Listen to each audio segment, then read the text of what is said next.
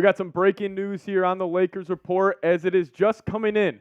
Dan Hurley is turning down the Lakers head coaching job. It is being reported that the deal Los Angeles did offer the two-time national champion winning head coach was a 6-year, $70 million deal. Now we'll discuss what that means for Los Angeles and then who possibly could be the next head coach for LA. Could it be JJ Redick? We'll be diving into all that and more on today's show. But first off, make sure you guys are subscribed here to the channel. And let me tell you about today's presenting sponsor, Prize Picks. Download the Prize Picks app and use promo code CLNS, and we will match your first deposit up to $100. Prize Picks is the #1 daily fantasy sports app out there, and it's simple how you play. All you do is you choose more than or less than on 2 to 6 player stat projections, and you guys can put your basketball knowledge to the test and create a lineup for the NBA Finals. Game 3 this Wednesday.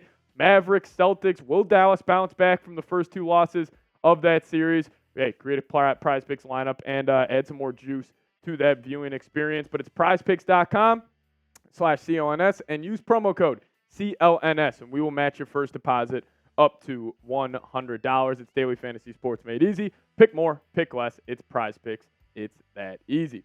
All right, let's break it down here a little more. Breaking news here. Dan Hurley is turning down the Lakers head coaching job as it is reported that they did offer him a 6-year, $70 million deal. And I think there's multiple angles to take about this. And we'll just start off from Dan Hurley's perspective first. Then we'll talk about it more from the Lakers' perspective and where they are going to start going. So I think Hurley just weighed all of his options here. Clearly the Lakers threw him a overwhelming offer where it was like saying, hey, we will give you the long-term kind of stability, for a 6-year deal and also make you one of the highest paid coaches in the NBA. And also this deal, if you would accept this deal with UConn, it would make him the highest paid head coach in college basketball, taking over Bill Self, who currently makes around $90 million, or $9 million per year. And I do think Hurley was looking at this, from 2 main sides, where it's like, I could go and I could try to chase that 3rd championship, and I could be, one of the first team to three-peat since the UCLA Bill Walton days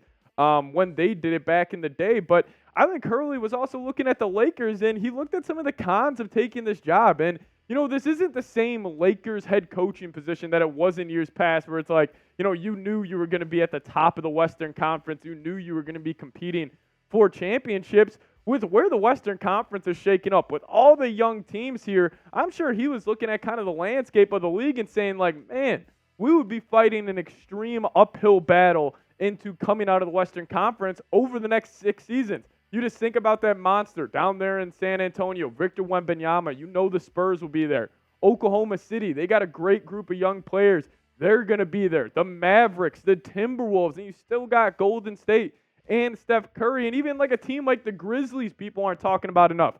With Ja Morant coming back off the suspension and the injury, Bane, Jaren Jackson, they're going to be, in the mix of being one of the top teams in the Western Conference. So I'm sure Dan Hurley was looking at and saying, how could I possibly compete with how this Lakers roster is shaking out? And I think, personally for Dan Hurley, if I was, want to take his perspective only here, I think he's making the right decision, even though it would be awesome to be the next head coach for the Los Angeles Lakers. Like, that is a big honor, and that could be a big, stepping stone in his career, but he also has the chance to go three-peat at UConn and be one of the first teams in college basketball to do so since the Bill Walton UCLA Bruins did it back in the day. But we will get to more around, JJ Redick and where do the Lakers go from here with their head coaching job. But first off, got to make sure you guys are subscribed to the channel. Hey, breaking news here at Chat Sports. We drop whatever we are doing, and we get you guys the best content out there. So make sure you guys hit that subscribe button and lock us in as your go-to Lakers YouTube channel.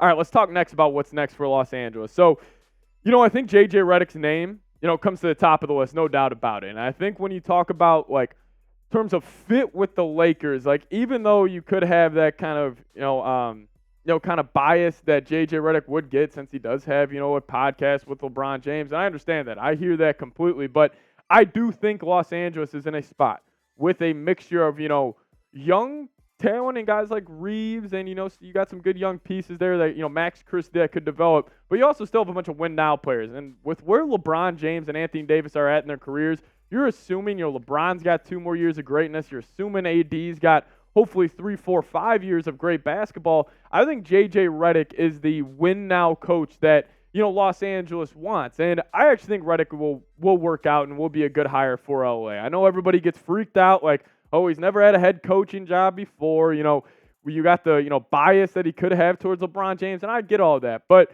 with this social media era we live in right now, where these players are, most likely checking their phones, checking Twitter after every single game, they are seeing what everybody's saying about him. And J.J. Redick is so well respected on social media, I think that would just give him an advantage of winning over the locker room. Because when you do have young players, and you're like, oh, J.J. Redick, I listened to that guy's podcast. I listened to him, break down the game of basketball with LeBron James, one of the greatest players of all time. I think players will automatically just connect him to, or just automatically have some sort of respect for him coming into this head coaching job. But the biggest question with J.J. Redick and, is a part of the Dan Hurley hire, which I would have liked so much, is, can he instill a culture? Can he instill, a winning mentality in that locker room? And, it's going to be tough since he is a younger head coach in the league if he is the next hire for Los Angeles. And he is buddy with LeBron James and Anthony Davis. Would he be able to drop the hammer down on these guys if he's not seeing, the acceptable play out there on the basketball court in comparison to what a guy like Dan Hurley would do? Because if Dan Hurley came in and was the next Lakers head coach, he's pounding the table, he's MFing everybody, and he is getting the most out of this team, and I just think with, J.J. Redick, that's going to be his biggest obstacle in overcoming as, becoming the next Lakers head coach. We also got guys like James Borrego, who's got a great relationship with Anthony Davis dating back to his days with the Pelicans. You got guys like Micah Nori, who, if you guys don't know, Micah Nori is with the Minnesota Timberwolves. He was the coach on the sidelines during the during the Western Conference semifinal and the Western Conference finals. So, he's an intriguing option. David Adelman of the Denver Nuggets as well. And then this is another one that I think could be a good culture builder with the Los Angeles Lakers is Sam Cassell. Sam Cassell is one of the most well-respected player development coaches we have in the NBA. Players love him, and I've heard just glaring reviews about him, possibly being a head coach. So I think he's a name to look out for. But I think no doubt about it, the number one candidate that is remaining here for the Lakers head coaching job, it's got to be J.J. Redick, man. And I think we're going to get that notification once NBA Finals wraps up that J.J. Redick's going to be the next Lakers head coach. And, I'm not saying he was always the number one option for LA. Clearly, they did just offer, Hurley a massive deal for 6 years for $70 million. But I almost think this was LA kind of putting the narrative out there that it's like, oh, J.J. Redick wasn't always our top guy. We weren't always going to go after LeBron's boy.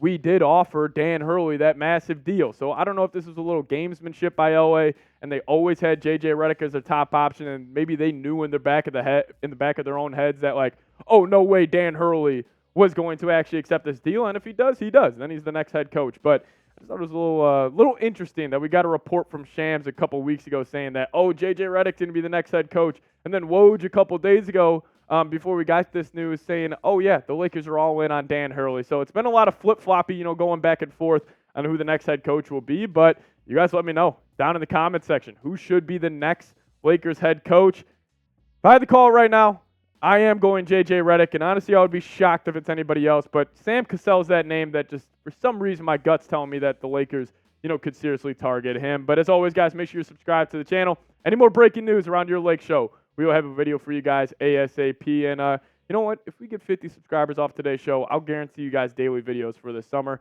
So make sure you guys hit that subscribe button, lock us in. See you guys next time. Go Lakers.